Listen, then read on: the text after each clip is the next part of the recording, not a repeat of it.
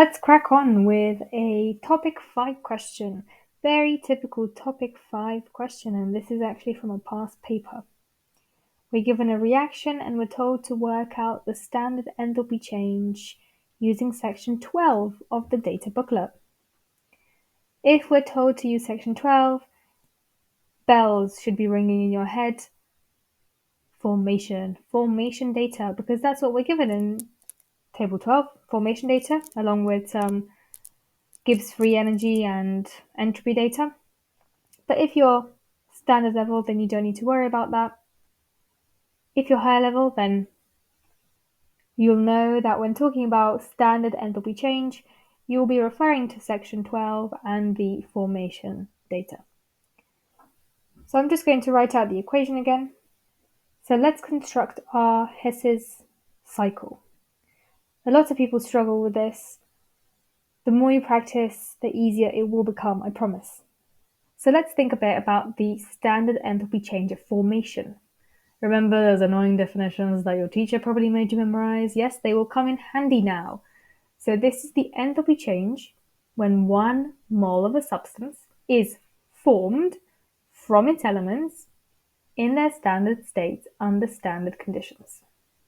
So what we're saying is that we are forming all of these reactants and products.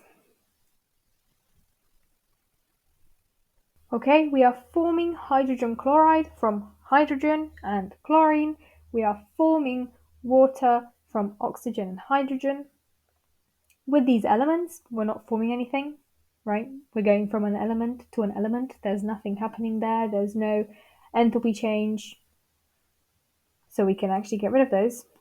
Both of those values will be 0, and that's why you won't find any elements in table 12 or section 12.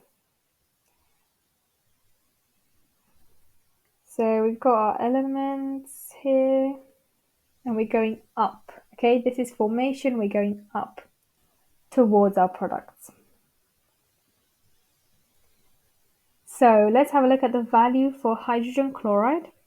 It's right here towards the bottom and it's minus 92.3. The molar coefficients do matter, they do matter, so we'll be timesing this by 4. As we've said, any elements, even if they are diatomic molecules, will have a value of 0. As for water, you need to be careful about this because it's in a gaseous state here, but in the section you also find it in liquid form. We have steam and water, so we have 2 different values. Make sure to check that. In our case, water is indeed steam, which is minus 241.8. And again, we will be timesing that by 2. So, number 1, the first method you could use to approach this is to try and go from your reactants to your products along your arrows. Okay? What does this mean? It means that as we go down here, we are basically reversing this arrow. So what that means is we need to be changing our sign. So instead of minus 92.3, we'll have plus 92.3. And then going up, we're going with our arrow. We don't need to change anything, so that value for the water will remain the same. So now let's just add all our values together. 92.3 times 4 plus 2 times minus 241.8 minus 114.4 kilojoules. The second method you can use for this question is an equation. Of course, it's better if you understand what's actually going on in the cycle, but you can also use this equation especially in standard level questions. The equation, and this is for formation, is products minus reactants. Products minus reactants. Here we don't have to change any signs. We'll just be taking our products minus 241.8 times 2, and we'll be minusing our reactants. Minus 4 times minus 92.3. Now you see that here, this will become a plus, because we are multiplying two negative numbers. So whichever way you do it, there will still be a change of signs. In the first method, you're more conscious about it, right? You're seeing that arrow flip. Whereas here, you're just putting this into your calculator and it will give you the same answer. Minus 114.4 kilojoules. So this was method 2. And this was method 1. Let's have a go at another question.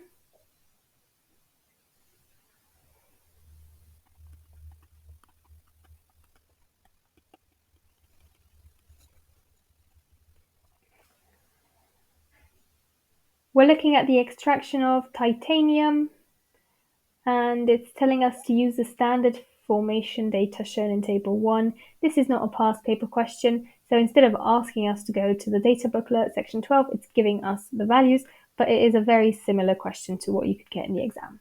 Same style and the same method. What's interesting here is that you see sodium, an element, has a value.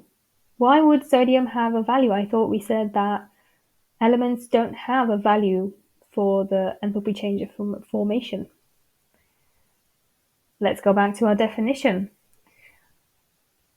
1 mole of a substance is formed, right? We're talking about formation. The enthalpy change when 1 mole of a substance is formed from its elements, right? We've got an element, yeah, in their standard states. Sodium. Sodium here is a liquid, but it's usually found in the solid state.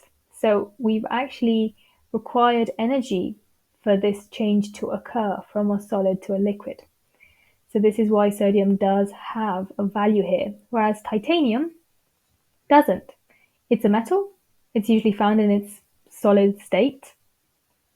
And here it's again in its solid state. So no value there. So remember, we've got elements, and we're going towards our equation. Our values are minus 720, minus 411 times 4. And let's not forget the sodium,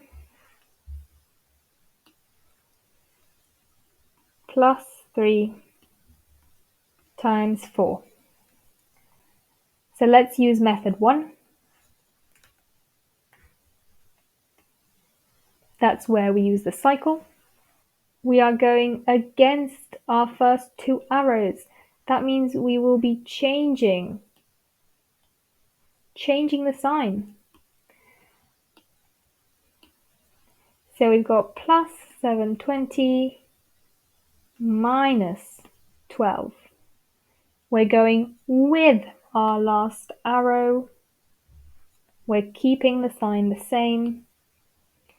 So that will be plus 4 minus 411, which will give us minus 936 kilojoules.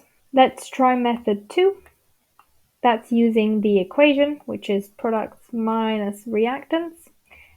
No changing signs, just taking the values for the products. 4 times minus 411 And from this, we're taking away minus 720 and 12. This will give us minus 936.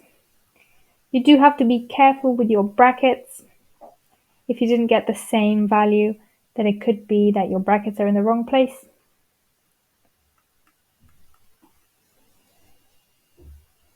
So those are the two ways, again, that you could work out this type of question. I hope you found this useful, and I'll see you in the next one.